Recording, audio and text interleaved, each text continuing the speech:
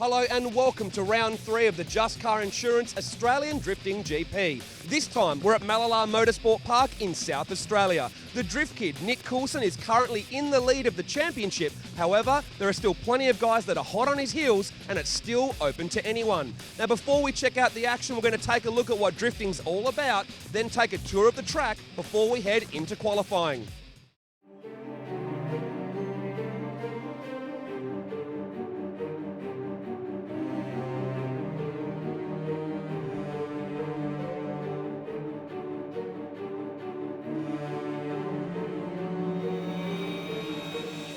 Drifting is motorsport meets extreme sport. Instead of being the first across the finish line, drivers are judged like in freestyle motocross or skateboarding. The judges outline the course and what they want to see in a driver's briefing, and then in solo qualifying, drivers are judged on their line, angle, speed and overall impact or style. Their score is then used to determine their placing in the battle tree for the tandem runs. Drivers go head-to-head, taking turns at a lead and chase run, and the chase car is judged on their proximity and emulation, while the lead car is judged on their line speed and angle and overall impact like in qualifying. Essentially, the lead car is trying to do a perfect run, while the chase car is trying to copy their run while getting as close as possible. The judges choose a winner or a rerun, and it's best 2 out of 3. It makes for fierce racing and non-stop action. The Just Car Insurance Australian Drifting GP is the country's premier drift series and where the best come to battle it out. For more information on rules and regulations, head to our website, australiandriftinggp.com.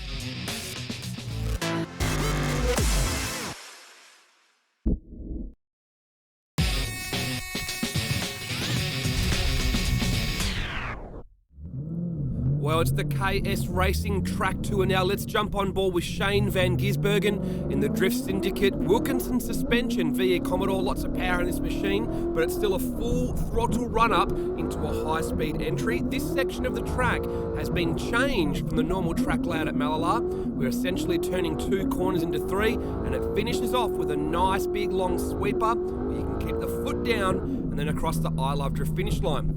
So let's take a look from the outside now. You take off from the Just Car Insurance start line. The chicane is designed to slow the lead car down and give the chase car a chance to keep up. You then throw it into the Achilles radial entry. You want to get right onto that outer clipping zone. You want the back left tyre right on the white line. Judges then want to see the cars take an outside line through the first section of the New Line Oil switchback and then out to the Drift School Australia outer clipping point, into the last corner, and there is an inner clipping point as you come to that late apex on the last corner and then across the I Love Drift finish line.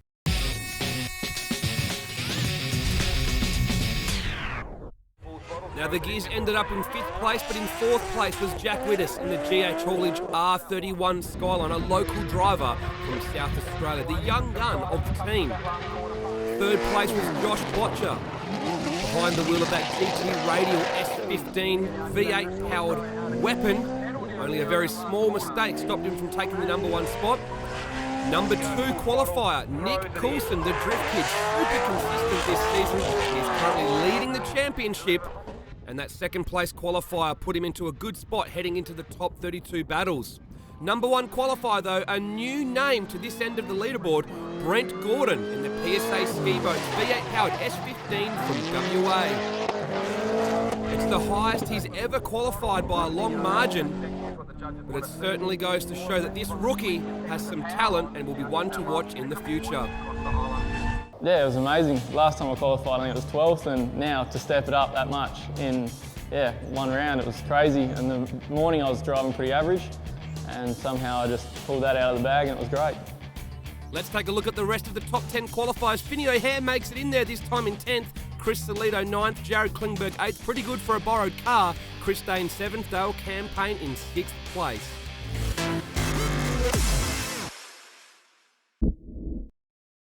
Let's take a look at some top 32 highlights now. There was bye runs for all the top qualifiers, and our first pairing was Michael Rosenblatt in the New Line Oilers R32 up against Keith Adams in the Westlake Tyres S15, and Rosenblatt went through and took the win. Michael Bonney and Jack Callow went head-to-head in our next battle. It was a pretty good fight, but Michael Bonney has been stepping up his driving this year in that C&D Motorworks S15, and he was able to go through and take the win over Jack Callow in the Tintercar Gawler Ute. Couldn't have scripted this any better. Our two female competitors went head-to-head early. They had to go a rerun, and in the end, it was Catherine May from Victoria that took the win in the Viva Garage Still 80. The final pairing in the top 32 was Hayden Buckham in the all-type Crash VE.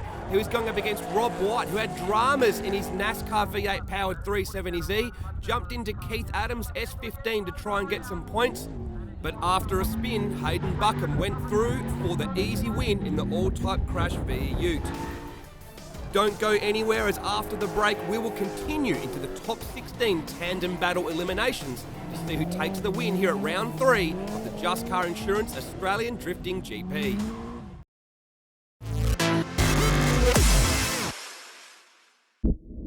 Welcome back to round 3 of the Just Car Insurance Australian Drifting GP. Now before we head into the top 16, let's take a look at the championship standings with our Just Car Insurance mid-year report. Round 1 saw an all-Queensland top 4 with Nick Coulson taking the win. In round 2, Bo Yates fought back and stood on top of the podium, moving into second place, while Nick's top 4 finish meant he still holds the lead in the championship. Klingberg's podium moved him into 4th, while Rosenblatt's 6th place finish at round 2 moved him into 3rd in the championship. Levi Clark and Josh Botcher finished well enough to stay in the race, but Rob White's top 32 knockout moved him back to 7th, and there's not a lot of points separating 7th through 10th. However, with Bo missing this round and Jared Klingberg and Rob White's cars suffering mechanical failures in practice, Michael Rosenblatt, Levi Clark and Josh Botcher are now the only ones that have a real shot at taking on Nick Coulson in the championship quest. Looking at the Newline Oils battle tree, you can see that Rosenblatt's unusually low qualifying score means he's up against Coulson in the top 16. That is tipped to be the most important battle of the year. Our first pairing though, number 1 qualifier Brent Gordon from WA up against Catherine May from Victoria in the Viva Garage Still 80. Brent Gordon leads first up as the higher qualifier, throws it in, a little bit lazy on the entry. Catherine May has a big straighten coming through the Newline Oils switchback, and she'll lose a lot of points from that, and she simply can't keep up coming to that last corner. Now Brent Gordon crossing the I Love Drift finish line, a commanding advantage coming into this second run. Now Catherine May will lead in the Viva Garage Still 80. Judges want to see full throttle all the way to that initiation point. You can see the car with a little bit less power just isn't as fast on its entry. Has another straighten through the Newline Oils switchback. Brent Gordon hanging back a little bit at the start of the run, but now he starts to close in a little bit towards the end, and he will take the win. Car's running mint. Yeah, thanks to the boys at PSA and MCE. The Westlake tyres are gripping up great. It's just, yeah, working for me. Our next pairing in the top 16 is Jared Klingberg up against Chris Salito. Two locals head-to-head. Jared's car broke during practice, and he jumped behind the wheel of Matt Russell's Raceworks A86 instead. It's different to his car, but they're both SR powered, they're both Toyota, so it should be similar. And Jared Klingberg doing a pretty good job so far on this lead run in a borrowed car, but no, one's on a bit too much angle and spins it around. Chris Salito did a pretty good job to not drive straight into the back of that A86. So now Chris Salito has a 10-0 advantage in the GH Haulage R33 Skyline. Throws it in, great entry from Salito, driving very well this weekend. Jared Klingberg giving it everything he's got in the little Hachiroku, but it's too little, too late after that spin. And Chris Salito finishes off that clean run and takes the win.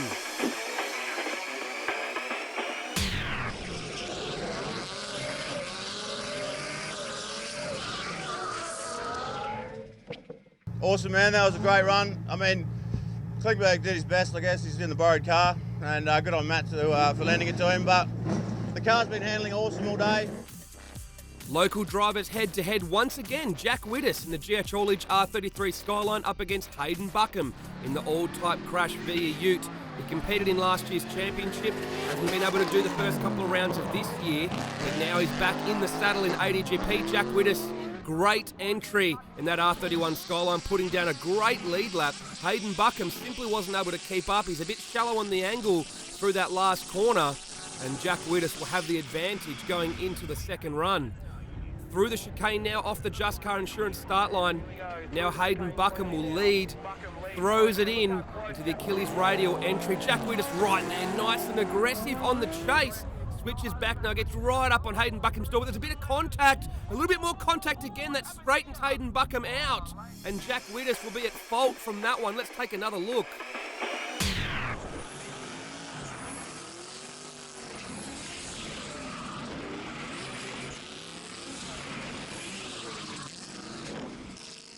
Good chase run I had. No, we had a little bit of contact on that second run, so I think that might have had something to do with deciding. But yeah, it was a good run. Now this is a pretty epic battle to have so early. Shane van Gisbergen up against Levi Clark, two of the brightest, loudest and most spectacular cars to watch in the field.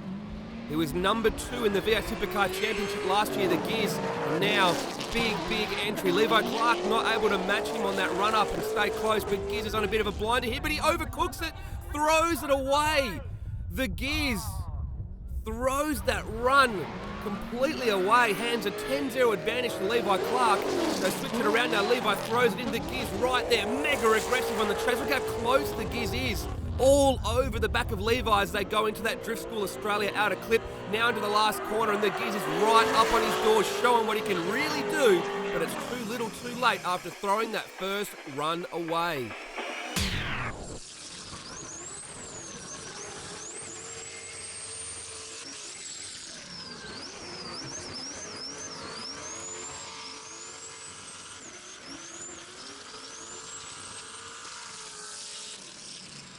Yeah, we're stoked to go through. It was unfortunate for Giz to have a spin. Like, really wanted to throw it down with him probably, but yeah, these things happen. It's motor racing, so yeah, just hopefully the exceeded car keeps it up there and stay on the top.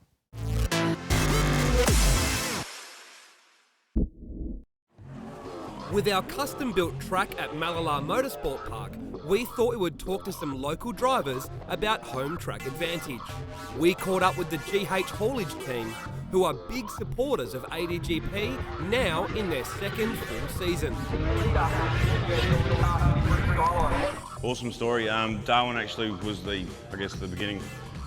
We were invited up to do the Teeter drift school. Then I got a phone call from Chris asking if I wanted to join the team.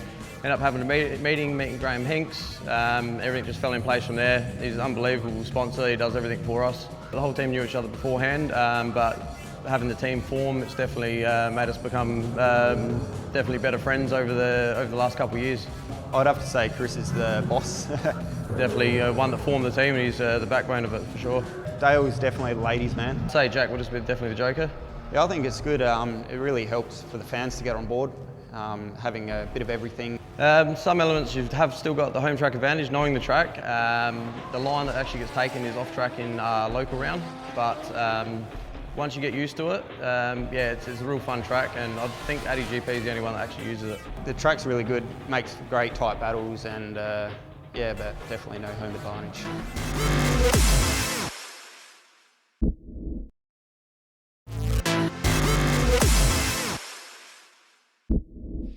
Hello and welcome back to round 3 of the Just Car Insurance Australian Drifting GP. We're halfway through the top 16 tandem battles. Let's see who else makes it through. We're on to the right-hand side now of the Newlon Oil's top 16 battle tree. First up, Dale Campaign up against Matt Russell. The judges couldn't pick it the first time around, so now they're about to go for a rerun. Let's see what happens. Dale Campaign, GH Haulage. Nissan 1Via leads RB powered machine. He's from South Australia. Matt Russell from Victoria. Great entry from Russell in that Raceworks 86. Very aggressive coming out of that Newlon Oil switchback. Right up onto the door of Dale Campaign. Loses a little bit of ground on that last corner. But it's a great chase run from Matt Russell in the A86. Thumbs up and fist pump from both drivers for that great run. Judges saying slight advantage to Russell for that great chase. Let's see what happens when they switch it around now. Dale Campaign also nice and aggressive on his entry. But through the switchback here, he straightens up a little bit and goes one wheel completely over that inside white line. That mistake could cost him this battle. He's a little bit closer on that last corner. The judge is saying the white line mistake gives it away. Just had a top 16 battle against Dale Campaign. I think we both made a few little mistakes, but in the end, Raceworks A86 came through with the goods, so we're into the top 8. The two most powerful cars in the field now, both packing around 800 horsepower, nitrous-equipped 2J of Michael Bonney up against that late model V8 engine in Josh Botch's GT S15. Botch, a big entry. Bonney got thrown off though and had a big straight and goes off track. And that will be a 0 to Michael Bonney in the C&D Motorworks S15. JB now just able to put the hammer down and finish off that great lead run. That big entry just completely threw Bonney off. What happens now when they switch it around? The C&D Motorworks S15 leads, full throttle entry, throws it in big speed. A little bit of a correction there through the Newline Oil switchback, but now JB is closing in. He had the 10-0 advantage coming into this, hung back a little bit at the start of the run, but now puts the foot down, gets nice and close and gets the win. I think I might have made a bit of an error behind me. I just tried to put it to the door. The GT radials are working awesome today. Yeah, just super happy about it. New suit must be working well, so yeah, really pumped. Our next pairing, Victoria versus WA. Chris Day in the all-day construction turbo V8 Commodore and Finney O'Hare in the Nankang Tyres R33. He didn't make top 16 last round. He's driving much better this time around. Throws it in, needs to be closer than that if he wants to try and get the win in this battle. The power of that all-day construction Commodore being put to good use. And Finney O'Hare simply can't keep up, has a big straighten up there and hands a massive advantage over to Chris Day. Switch it around now. Finney O'Hare leads in the Nankang Tyres R33 Skyline. Day gives chase.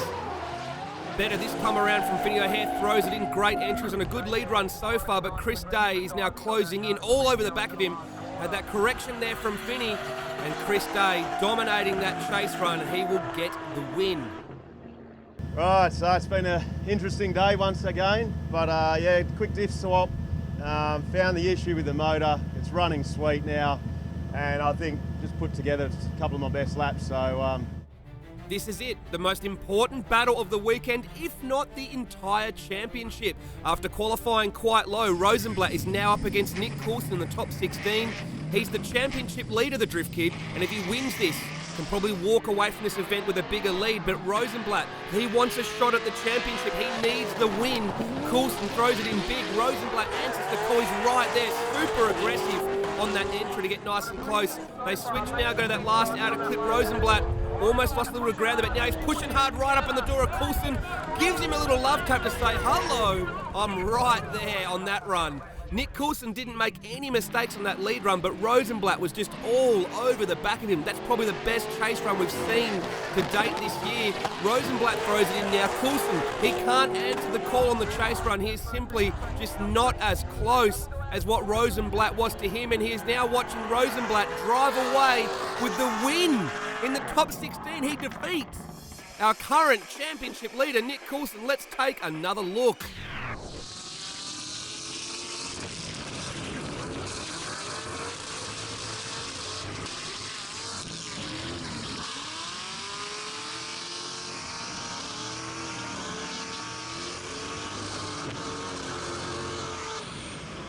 You can see here why Rosenblatt's considered one of the best chase drivers in the country.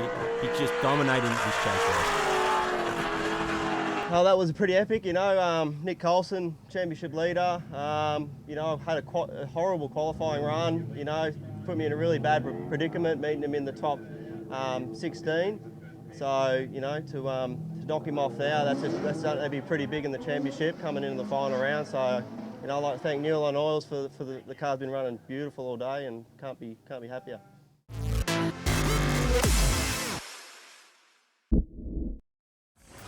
Drifting requires a driving technique like no other motorsport. Most race cars don't even have a handbrake fitted, let alone a hydraulic one.